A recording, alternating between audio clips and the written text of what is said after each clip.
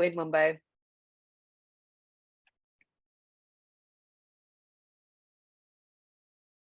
Hi, Arjun.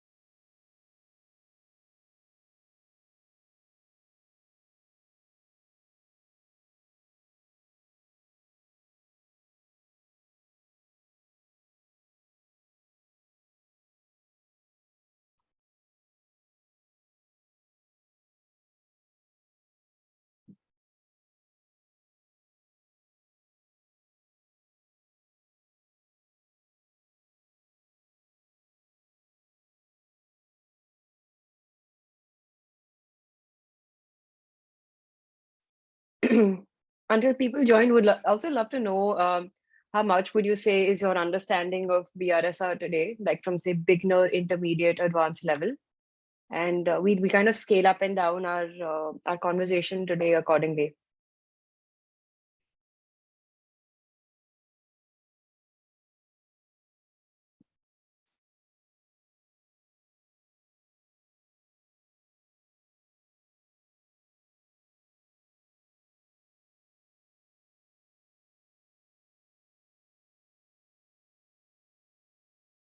So it's 11. I think we can begin. Sai, if you could give me the host rights, and I'll quickly present my screen. So again, hello everyone. Very warm good morning to all of you. Today we're gathered here to go in depth with BRSR. Um, in terms of just a quick background about who we are. So Abhirup and I are the co-founders of Oren. At Oren, we're an ESG data management company, and one framework that we work with is BRSR today. Most of our clients, we also have some non-BRSR customers, but most of our customers are on their BRSR journey, and they would be having their first report out at the end of this financial year, which is March, the 31st of March of this year. And awesome. Just let me let people in 1 second. Yes, and so just the purpose of this was that we love to kind of take our learnings and share it with everyone, because I think just BRSR, because it's the first year, there are lots of these little nuances that come in which we're unsure of how to deal with. So this could be like a way for all of us to learn from each other. So that's why we thought of having such a session.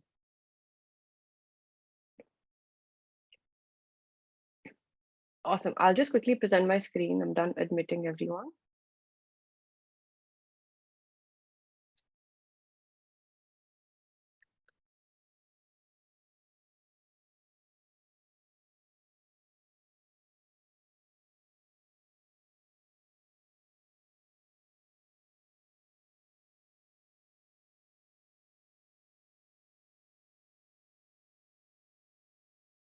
Awesome. So yeah, the agenda for today is BRSR disclosures, the challenges and key considerations. And this is, like I said, primarily based on our experience working with customers across multiple sectors. We work with pharmaceutical, chemical, oil and gas, FMCG, and multiple more sectors. So our session today will be a combination of those learnings. And again, like I think let's keep this as a free-flowing conversation. If at any point anyone has a question, feel free to send it across. And we have Sai, who's kind of managing, who's doing the say crowd management for us. So he'd kind of send it our way, and then we can take that up, right? So that being said, let's get into the agenda. So today we've broken down the session across four separate parts. The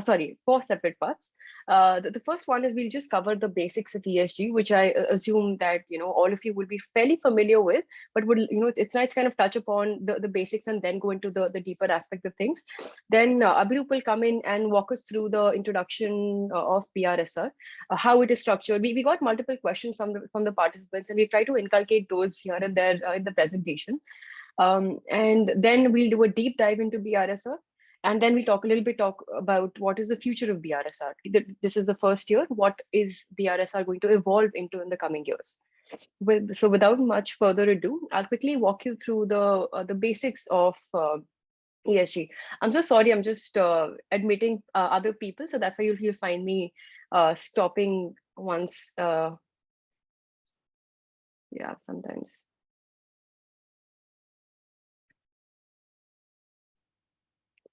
Awesome. So what is ESG? So I think we all know the full form of ESG by now. It stands for environment, social, and governance.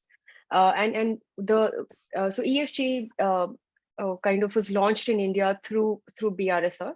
So SEBI has now mandated the top 1,000 listed companies in India to publish a BRSR at the end of this current financial year. This is the first year all of these top 1,000 companies, listed companies, will be doing this activity. And in the past, these companies did something called BRR, which is business responsibility reporting. So this is a further bigger version of that, with including a lots of deeper components of the environment aspect of business as well, right? With that being said, that why is this happening, right? So today, I think BRSR is not the only initiative that we see out there, right? There are lots of these mutual funds that are emerging, which have a deep ESG focus, right? Beyond that, even in COP26, I believe Prime Minister Narendra Modi made a commitment of net zero.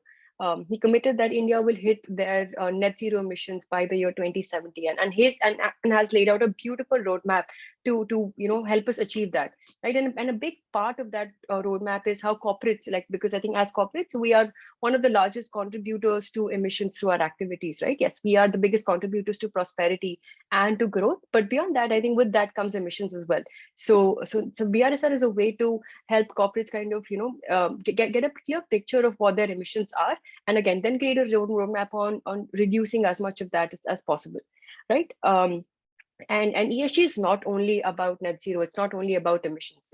There are three broad buckets, three pillars of ESG.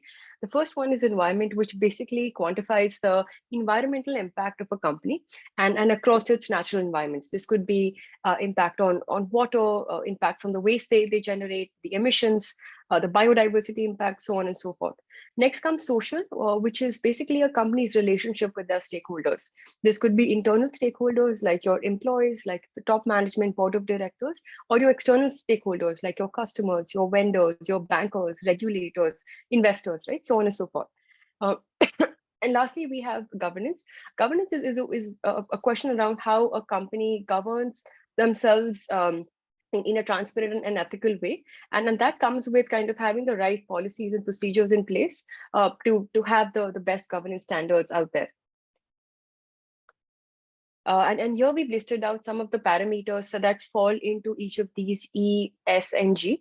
We're happy to share this deck with you later. So I mean, in case you want to kind of go through it again, right? But and again, we've all in some shape or form, even before, say, if you work with a company, if you're with a university today, all organizations tend to have a flavor of initiatives under each of these buckets. They don't tend to quantify it under ESG, right? I think just a very prime example is HR. Our HR does multiple initiatives for us. You have proper trainings, and there are policies created for employee welfare. All of that kind of comes under your social aspect of ESG, right? And there are similar initiatives across all organizations. Um, um, just admitting people, guys, I'm so sorry. Yeah, as why is ESG rising up the corporate agenda, right? I think BRSR is one aspect of things, but beyond that, if you listen in closely, companies are talking about their ESG in multiple ways, just beyond the BRSR as well, right? And this is if you interact with your our Indian brands, even if you interact with your global brands, right? If any of you Arpit, just give me 1 second, I'll finish this, and then I'll take your question. Yeah. Even if you have any favorite brand today out there, right? Be it Apple, Microsoft, Google, if you like shopping from Nike, right? Any of these, and you could just put their name on Google search with the word sustainability, and you'll be able to see that there are just there are just so many initiatives that these organizations are taking, and just such amazing work being done there. Right. So what are the drivers of ESG today? Right. The first one is consumers. millennials, Gen Z are really prefer, there's growing research around this, really prefer working with organizations that are more transparent, more ethical, more sustainable. Right. I think even amongst ourselves, if you look around right now, when you go to the grocery shop, when you're purchasing your clothes on a day-to-day basis, brands are really talking a lot about their sustainability initiatives in some way or the other, right? And there is research that consumers like us are willing to pay a couple rupees more for brands that are more sustainable. Then investors, even now, there is growing research again that to drawing up a correlation between profitability and good ESG performance. Right. So investors want to see the companies that they invest in have very solid ESG practices. Right. Definitely on the environment social front, or environment social governance front, all spread equally. And these things tend to differ from industry to industry, but some things remain common across all. Employees, a lot of employees also want to work in companies that have a vision to do something better for the world. Right. I think for us also, it was really nice. We had like a couple of women kind of reach out to us, and they wanted to join our organization because we have a woman founder, right? And I think we just see this a lot. Like my sister as well. Like she really looks at who's on the founding team, who's in the top management of the organization she's applying for, and these things are mattering across for the younger generation as well. Regulators, BRSR is a prime example. Each country today has some form of ESG disclosure requirement from the companies that operate within their boundaries. Canada, EU, UK, Dubai, Singapore, Hong Kong, all of these geographies have some flavor of ESG reporting. Definitely not BRSR. BRSR is very India focused, but they have a different flavor of that. And banks also are now looking at your ESG performance alongside of your financial performance when handing out loans, right? RBI is putting immense pressure and scrutiny on these banks to be more ESG focused alongside the financial focus. I'll just take a pause. Arpit, you had a question. I'm happy to take that.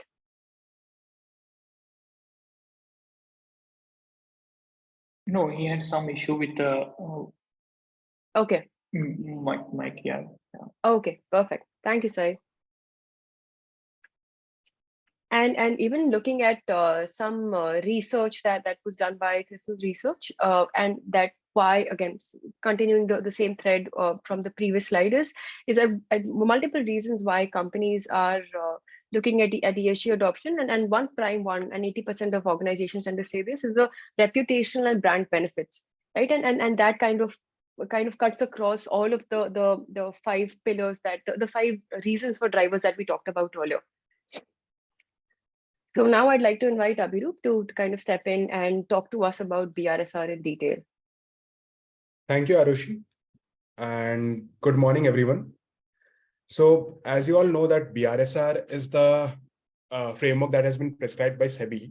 So now I'll just give you an overlap of what is BRSR and how it plays an important role on a global landscape. So if you look at it, BRSR is a very trimmed down version of all the available like reporting frameworks which are globally accepted as of today. So like the most widely accepted one is the United Nations Sustainable Development Goals, which we all are aware of, right? So the UN SDGs, similarly, like the Global Reporting Initiative, the GRI initiatives. So those two, along with the United Nations Guiding Principles. So these three frameworks, which are already available and globally accepted. So BRSR takes inspiration from there, and it kinds of plays a flavor which is palatable to Indian customers and Indian companies, and it is derived from the backing of the NGRBC principles. So if you are not aware of the 9 principles, 9 NGRBC principles, we do have a slide after this. So these are the 9 principles which talks about how a business should conduct. So it talks about human rights, stakeholder empowerment, then like creating value for the entire stakeholders, asset integrity, ethical transparency, and also it all covers like a broader perspective of that. And BRSR is nothing but a reporting framework on those 9 principles or guidelines, you can say that. So that is where like BRSR, I would say today is a central role, or like in a way, it's kind of like a stepping stone for Indian companies to get started with the BRSR or an ESG journey, once they are mature enough to fulfill all the requirements of BRSR, then they can very well inspire to be a global leader by adopting any other framework which is globally acceptable, or they can also stick with the BRSR one, which suffices the need for country-specific compliances as well as ESG reporting. So now talking about a bit about the structure of BRSR today. So as you know that BRSR is a very it's a broader framework compared to its predecessor, which is the BRR, Business Responsibility Reporting. So earlier there are like 5 sections in BRR. This year they have cut it down to 3, which is a general section, management process disclosures, and the principle-wise performance disclosure. So in general disclosure, it is nothing but just a general information about the company, where they have their operations, what is the turnover for the last year, like kind of number of employees that they have and all. So it is kind of a very generic detail about the company. On the second part, which is the management and process disclosures, here they have asked the companies to disclose about their principles-wise policies. What is the governance mechanism behind that? How are they setting up their targets? How they're performing on those targets and goals that they have set? So it is more of like a snapshot or a summarization of all the things that they're doing. And on the principle-wise performance disclosure, this is where they have to drill down into deeper level insights. And these insights are more quantitative than qualitative. So earlier, what you have seen from BRR to BRSR, more and more disclosures are being asked on a quantitative level. So they have been extended towards more and more topics. I'll come to that later. Now, in this principle-wise performance disclosure, there are 2 sections. Today, SEBI has mandated for all the companies that at least they have to answer all the essential indicators. So which are the minimum set of questions being answered by the companies. And there are few aspirational questions which are tagged under leadership indicators for companies. They can aspire to do that. And this is where I'm saying, like, today, if Indian companies can fulfill all the requirements of essential plus leadership indicators, then they can very well go for a GRI or a even SDG based mapping or anything which is a global reporting framework, right? So this is how the structure of the BRSR is played today, and going forward it may change or may not change. So we'll come to that later when we talk about the future of BRSR. Now talking about the changes, what has happened from BRR to BRSR. So here it's a table that you can see that earlier there are only 28 indicators which were there in BRR, and all of them are qualitative. Now those 28 indicators has grown into 112, which obviously includes the essential as plus leadership indicators, but there is a significant change in terms of the number of indicators being asked in BRSR. Secondly, as I mentioned, that now things have been much more quantitative. So it is very much objective, and every company can now compare their performance with their peers or similar companies in the same industry to see that how they're performing on these quantitative indicators. So that is what has been the major change.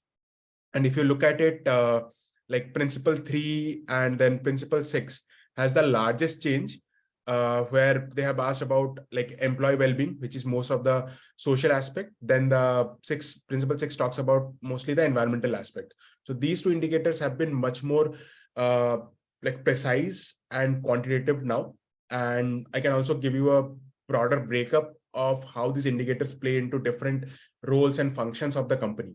So in the next slide, I'll be showing you that what is the split of these indicators from a data point of view. So this is like a broader spectrum of how different departments or different functions of a company come together for creating a BRSR report or BRSR data. So today, when we look at BRSR, it is a compliance requirement, but overarchingly, as Arushi also talked about, the importance of ESG. So it is more of a finance as well as the operations team who come together. So I would say like it's a joint exercise of all the departments and functions to look into the ESG data into their business strategy. So I'm saying like finance look into it from an ESG strategy, investor relationship, and the risk mitigation point of view.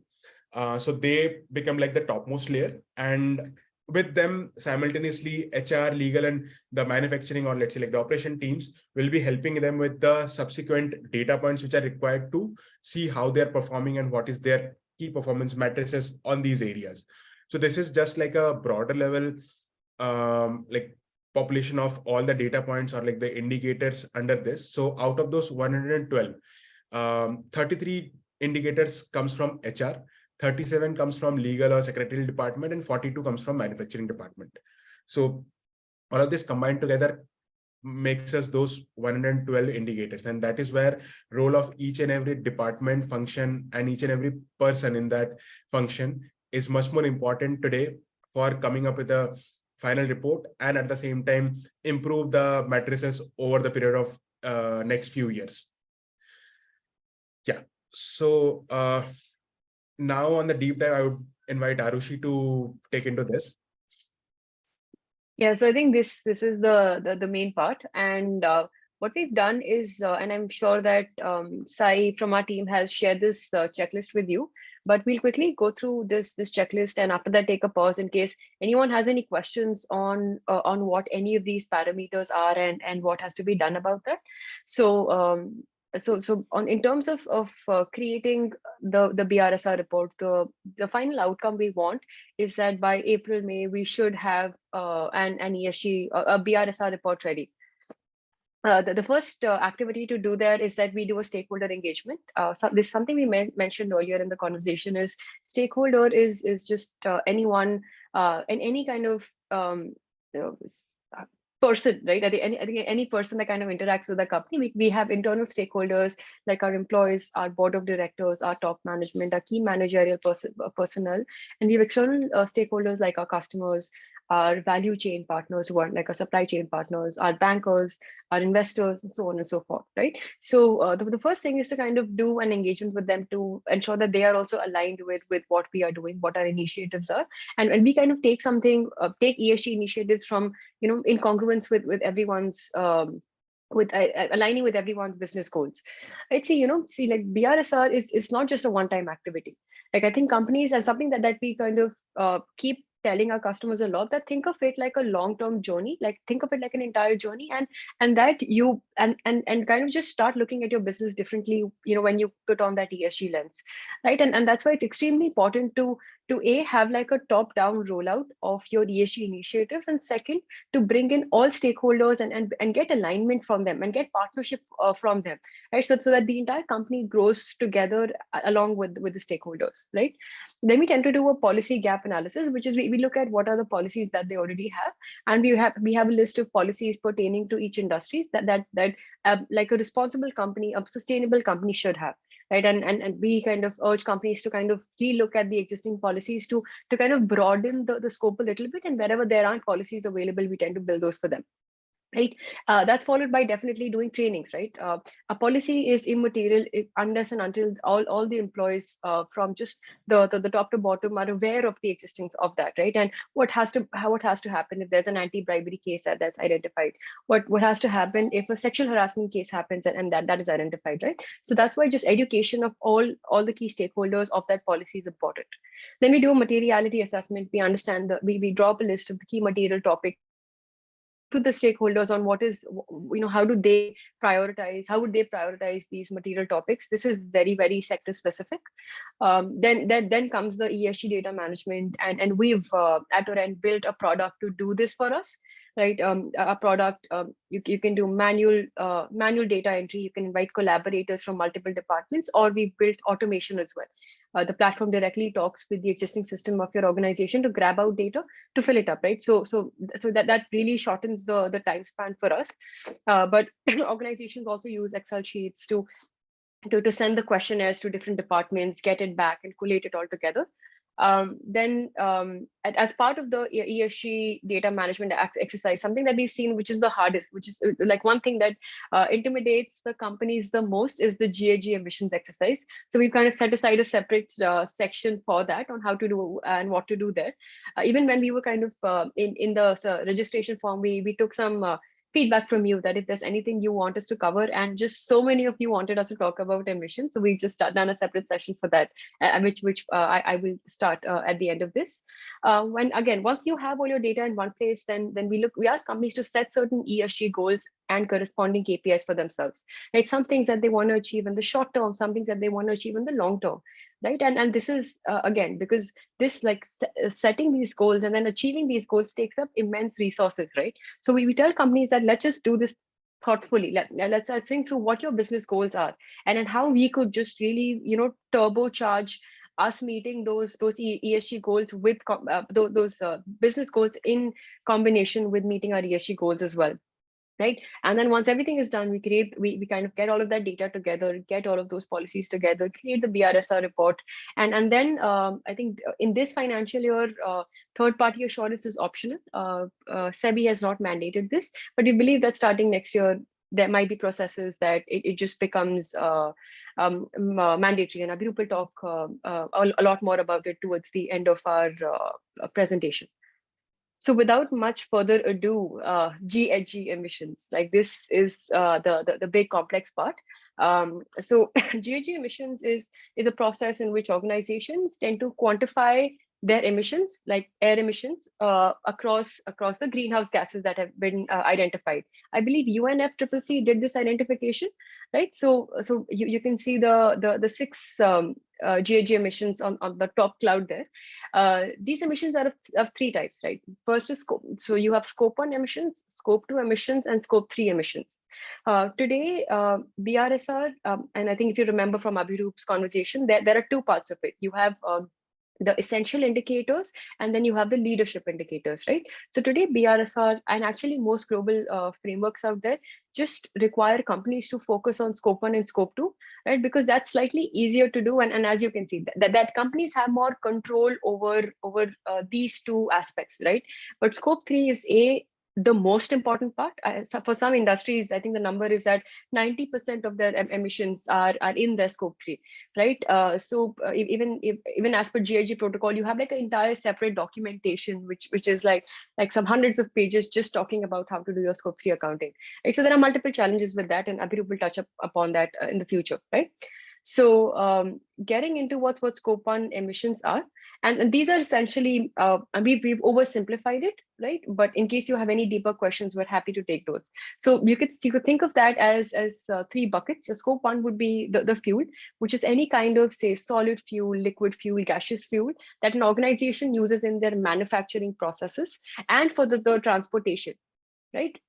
Now, transportation as well, that's where your company vehicle comes in.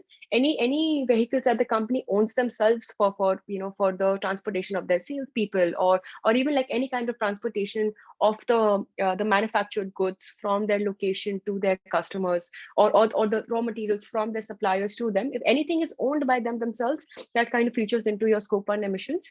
And last but not the least are the fugitive emissions, right? As part of any process, there are lots of little leaks that happen here and there in the manufacturing process, right? Beyond that, refrigerants, like even our ACs, we have to keep refilling the refrigerants in every couple of years, because that gets leaked out, right? And even fire extinguisher, is something that comes under fugitive emissions, right? And then we've put in formula to how do you calculate this, right? And in terms of scope 2 emissions, there are two methodologies that are out there in the market to do your scope 2 accounting. So the first one is market based, and here you typically companies have to look at the contracts that they have signed with their electricity supplier. With their electricity supplier, with the organization that gives them heating or cooling, or any kind of steam for running their operations. So they kind of they pick up the data from their contracts to do this accounting. Like the contract will have what unit of say electricity was consumed in kilowatt hours, so that is then converted into that is converted into your emissions data. And then is location based. Location based is that today all of us are calling from multiple places. We are from Pune, Mumbai, Gurgaon, Gujarat, right? All of us are connected to the grid, right? I think there's something powering our laptop or our phones right now, right? So location based just looks at that grid. right? Looks at that grid data and does the accounting accordingly. Right, and here are the formulae for that as well. Your electricity consumed within the office and within the plants of the organization is what features into scope 2, and then obviously your purchase heating or cooling or steam for the purpose of keeping your operations running. And so that's scope 2. We're happy to kind of discuss deeper if you have any questions. And I'll just invite Abhirup again to walk us through the complex scope 3 aspect of GHG accounting. Thanks, Arushi. And as you rightly said, it is one of the complex things to like map right now. So I'll rather than just spending so much time onto different categories, so I'll just first explain that in scope 3 also there are 15 categories, okay, under which we can map our emissions. So on those 15 categories also, like further those 15 categories can be divided into upstream and downstream activities. And so in the upstream activities, first thing will be the emissions coming from all the goods and services that the businesses buy. So let's say like you as a company have raw materials, or let's say like some services like a printing service, or let's say like a charter service for employee commute and all. So those things will be the purchase goods and services for the company. From there, what we have to do is basically identify the scope 1, scope 2 emissions of those companies for generating that kind of that good or that services. And then the transportation, a distance of the transportation from their place to your place. So again, there is a separate category for that, the upstream transportation and distribution of that raw material. So there is an like second option for that. I'll tell you exactly what it is. And then the fourth aspect is the waste generated from the goods that you are buying from the same vendor. So assume that with an example, you are a company, you have a tier 1 vendor, okay? So you are purchasing some raw materials, like let's assume that it's an automotive company.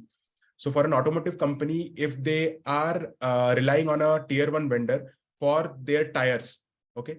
So for that tire, what is the fuel electricity consumed by that company for manufacturing that tire? What is the distance travel of that tire from their place to your place for getting it fitted into your vehicle, and the waste generated by that manufacturing process? All of these things combined together with the emission factors of these particular kind of fuels, electricity, and everything will be under scope 3 category 1. Okay. Similarly, the same thing goes for the upstream emissions for your capital goods. So let's say like you, same example extending over here, is that you are a automotive company where you are assembling all the parts and making a final product. So for you to like assemble those products, you will have your conveyor belt, and obviously like there will be multiple other machineries that you will be using. So for all those machineries which are under your capital goods, what is the upstream emissions from their end? So that also again covers your scope 1, scope 2, and details of that, and the distance and the waste generated, same thing over there. Now the third one is the fuel related or energy related activities. So whatever fuel that you are consuming, again, the same example, let's say like we are an auto manufacturing company. So for the auto assembly, if I am using, let's say coal and maybe electricity.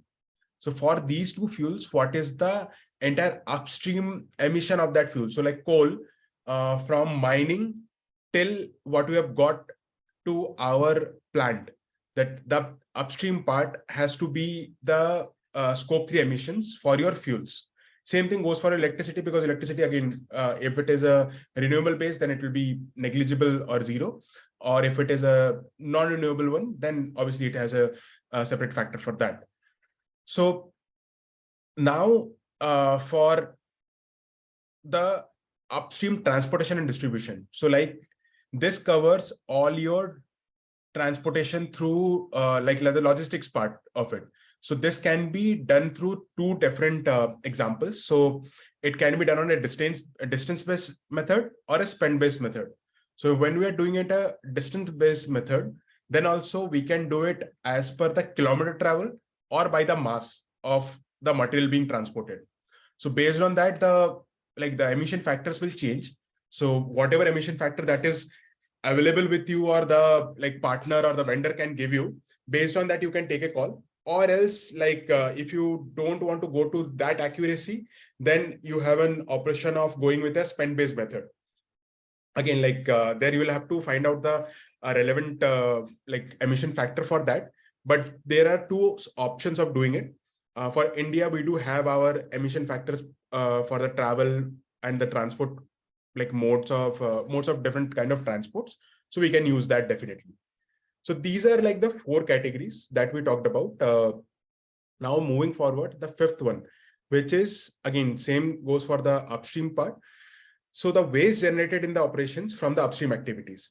So here, all of these waste that is being generated, if it is going to landfill or any other mode of waste treatment that is being engaged over here. So what is the total emission coming from that waste generated? So those emissions are also going to be a part of the company's operations. Now, as these things are more on the more of these things are dependent on vendors and your supply chain partners who are going to give you the actual data, and that is where you can correlate. But there are few things which can be taken from your own operations or under your own control. Arju, can you come to the next slide? Yes.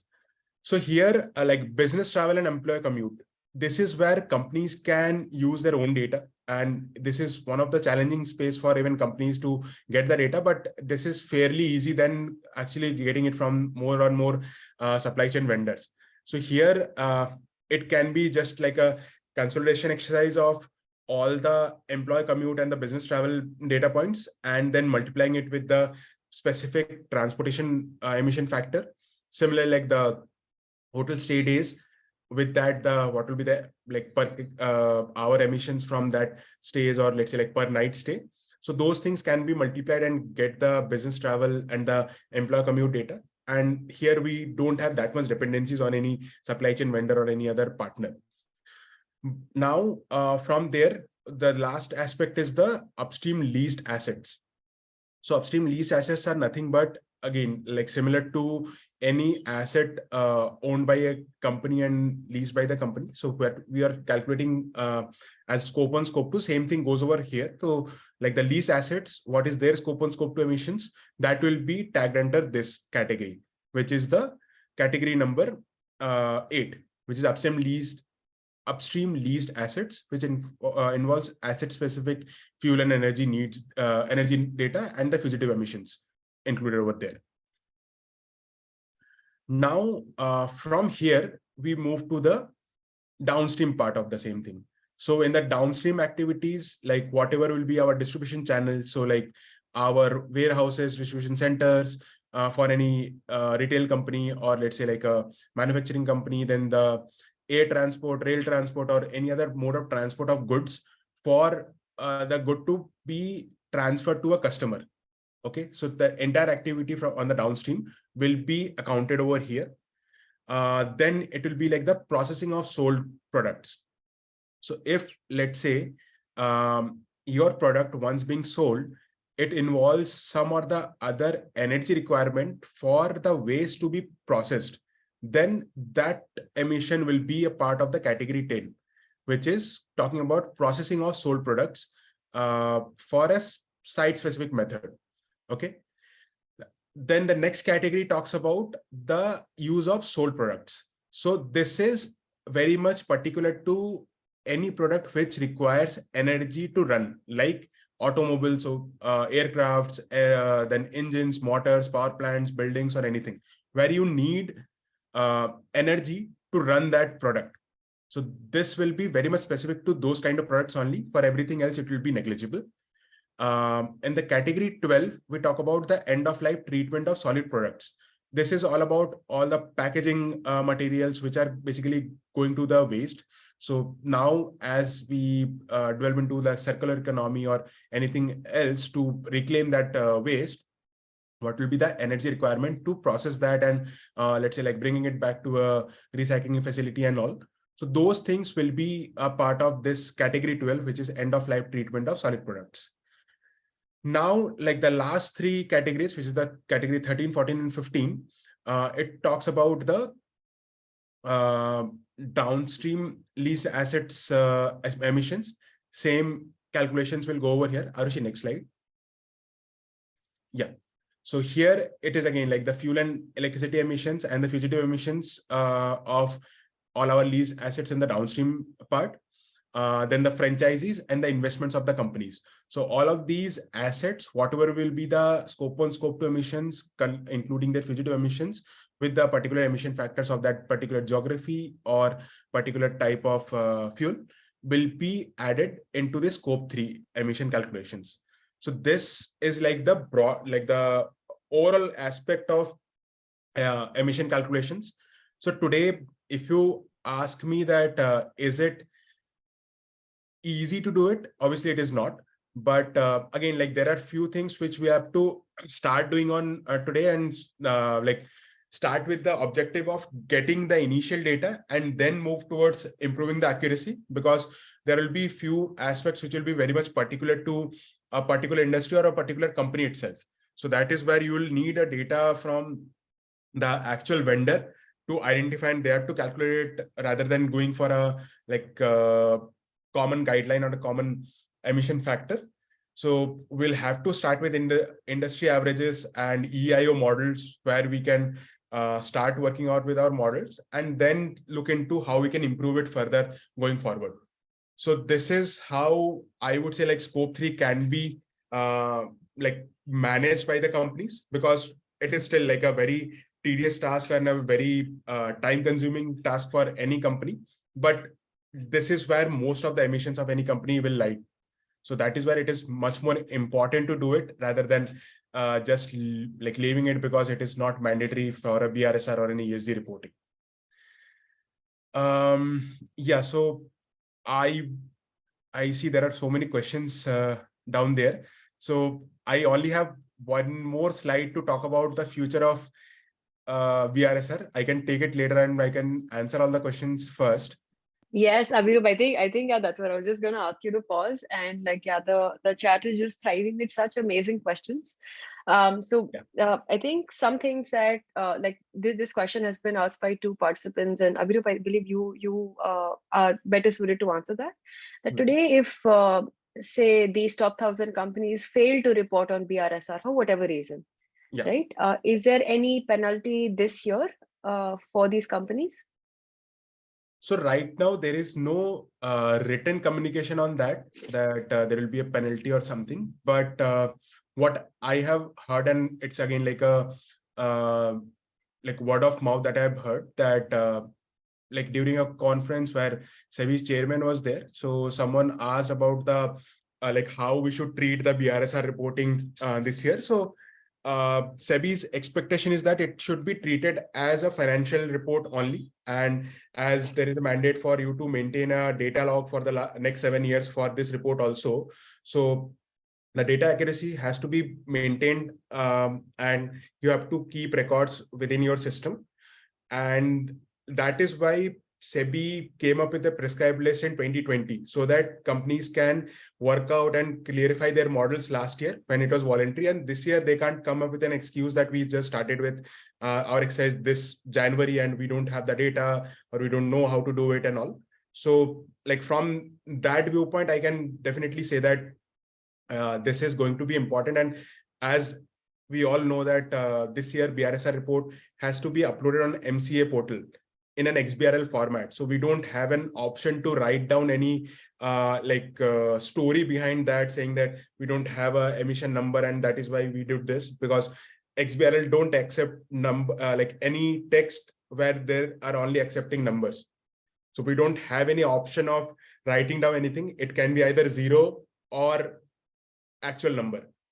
So that is how important it is to like say that like how we can't go away with not writing down anything on the BRSR report. Adding to that, if you look at all of these companies, these are publicly listed companies, right? Yeah. So there is, I think, obviously, right, if a company does not report it, the news of that will definitely come out. And it looks very, very bad for the shareholders if a company, is just so irresponsible that even after giving like a 2-year notice, they fail to have a report out. So from a reputational risk perspective, it's extremely, extremely high risk activity to not do this kind of reporting. And I think what's very interesting, and for those of you interested, and actually I'll do this activity on the side right now. We'll share certain BRSR reports with you. Lots of companies have taken the step, and even during the voluntary period, they did create some of these reports, and they've already published it. And it's a great joy reading them. So I'll just quickly grab some of those for you, and I'll put it in the chat. Does Like anyone rightly said, have? Arushi, Yeah, like sorry. there are companies who have done BRSR reporting already like 2 years now, and this is going to be their third BRSR report. There are such examples already present in India.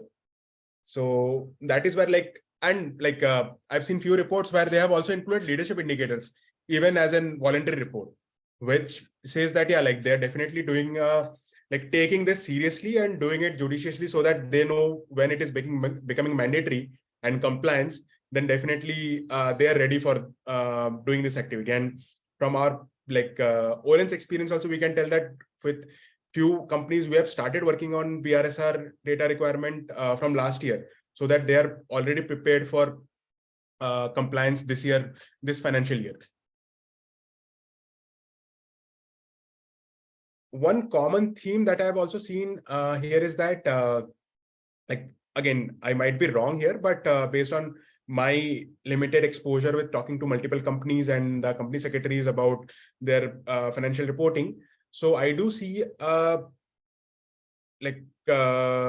seriousness and the confusion with the company secretaries where these are manufacturing companies, but for most of the services companies, they do have that notion that for us principle 6 doesn't even exist, which is completely not true, because even if you have a single room as an office, then also you are consuming energy in terms of electricity, which adds to your scope 2, right?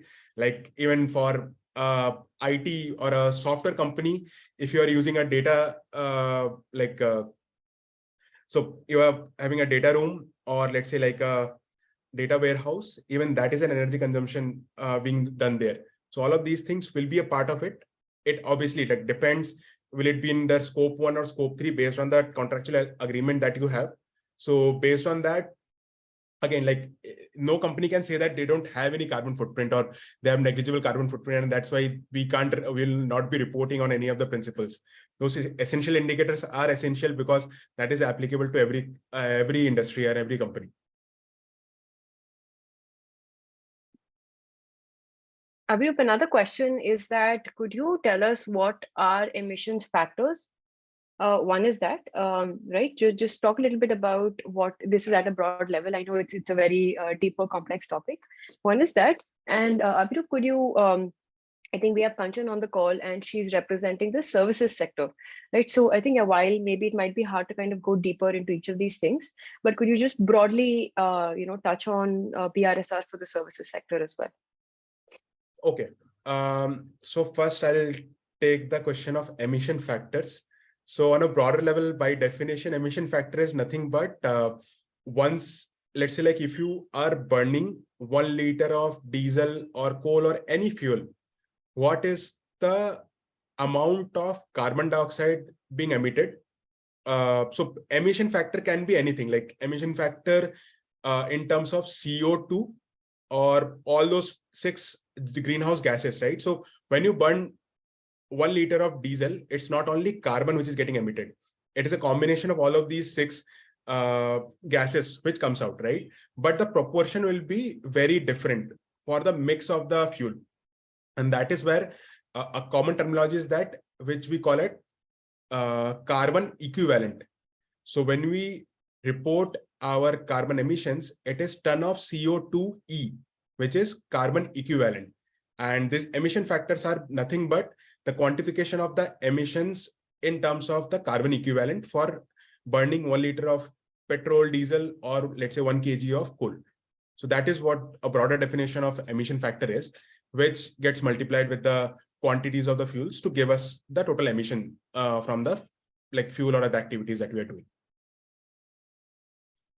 So I believe this will answer the questions. I don't know exactly what was the intention and what were the expectation from me, but yeah, now coming to the second question, which is the services part, right? So on the services, for the services industry, like I mentioned, even with I touched upon that today services industries, they don't have that kind of a footprint from a resource intensity from fuels or electricity. So for services industry, it can be the 100% of the emissions under scope 3. I'll give you an example.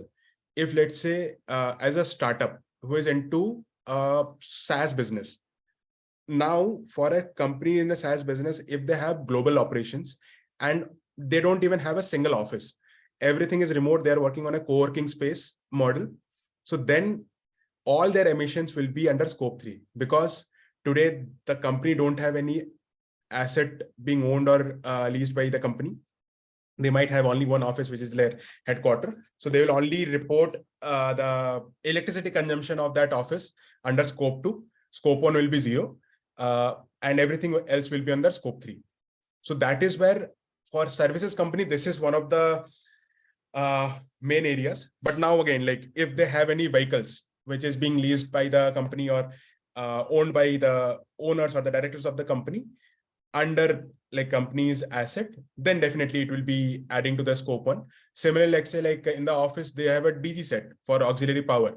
Even that will consume some or the other fuel, which will be also a part of their scope 1 emissions. So, but apart from this, more or less things will be under scope 3 if they have all the contractual arrangement like that.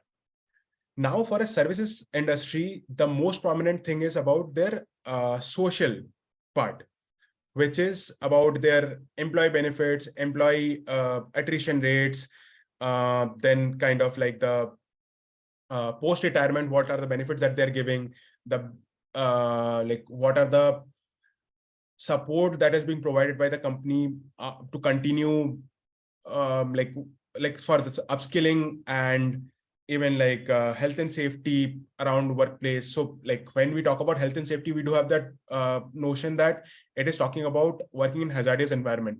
But now today, modern slavery is also one of the key components, which is very much particular to the services industry rather than being in the manufacturing industry. So all of these things combined together. So it's not that social sector, not the services sector is not a part of this BRSR reporting. For them, the definition will be much more different, because today we don't look at it from a same lens.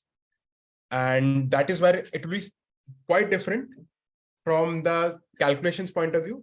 But again, the matrices will be different for them as they include their material topics and as they progress on those KPIs. So yeah, for them, most important thing will be to do a comprehensive materiality assessment, and then based on that take a call, and that will be much better to show or prove that these material topics are not material to the company and their operations, and that is why we are not coming up with any targets or goals into this. And this is the reason behind this. We have all the things in scope 3 or scope 3 emissions. We will be taking care of those emissions, reducing it down through judiciously identifying our vendors who are taking care of that things and all. Thank you so much, Abhirup. There's another question that seems to be coming up is ESG ratings, right? And I can kind of touch upon it slightly, and then I'll let Abhirup, give us a detailed response to it, right? So everyone, what is the difference between an ESG report and an ESG rating, right? An ESG report is a very objective report talking about the company's data, right? It is not saying that, oh, this is good or this is bad. The company is just reporting, and I've shared a couple of these reports. If you look at it, there is no opinion giving in that report. The company is reporting that data, and it's in the format prescribed by SEBI, and it's out. An ESG rating is more of an opinion, right?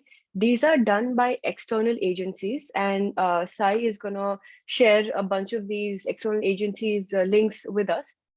Sai will share. Crystal has created an ESG compendium where they kind of done the ESG rating for some of the Indian organizations, right? And these, I think they've also looked at private companies also, right? Abhirup, in the latest one, or yeah, right? Yes, there are a few like non-listed companies also in the rating part. Yeah, so what they've done there is they've looked at the publicly available ESG data of an organization, and based on that, they've given this rating. There are global organizations like MSCI, which is run by Morgan Stanley, and DJSI, which is run by Dow Jones, right? And we're just sharing the links with you. And all of these organizations tend to give these ratings. And what's really funny is that an organization could sometimes have a very high rating in one ESG rating provider and a very low rating in another one, right? And Abhirup, I'll let you dive deeper into this aspect, and I will in the meanwhile find links for everyone. Yeah. Yeah. So see, like as Arushi mentioned, ESG ratings are more about an opinion of about the company's disclosure on ESG.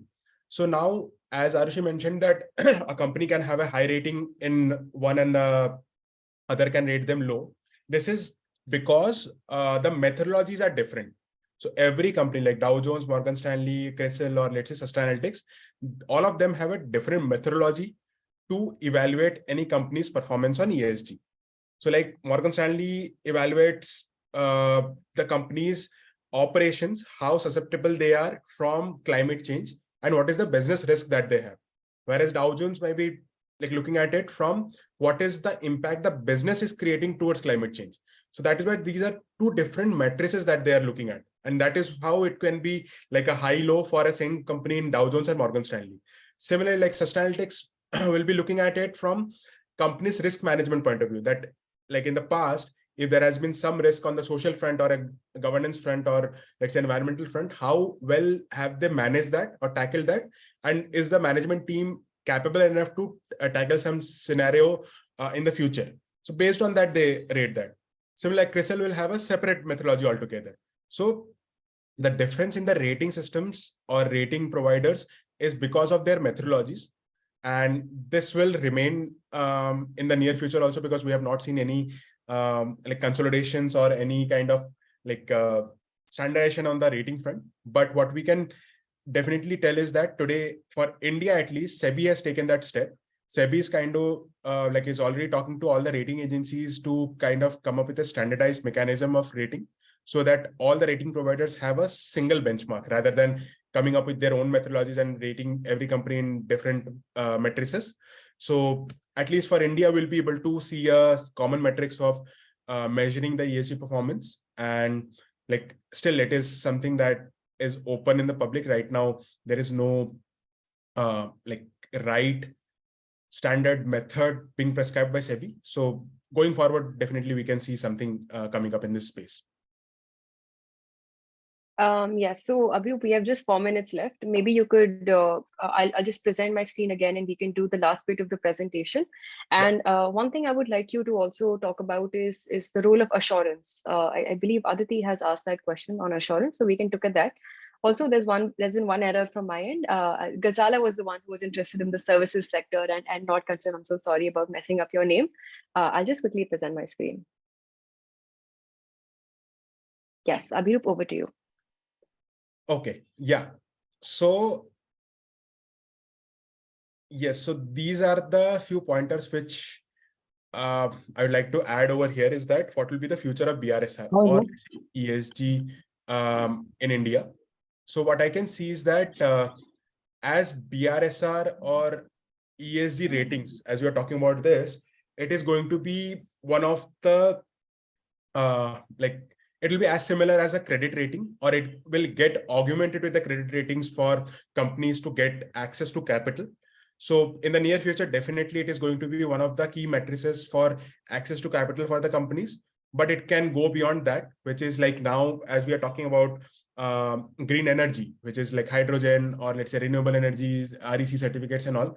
So going forward, it can be also one of the key matrices for access to energy as well as access to human capital. Because as like Gen Z and all the new workforce will be looking at the ESG performance of the company. They will be much more inclined towards joining a company who is doing good for the society and being sustainable, rather than going for a company who is not doing any efforts over there. And same thing goes for the energy requirement. So any company who is generating renewable energy, they will be selling it to our high ESG performing company at a cheaper price than a polluting company.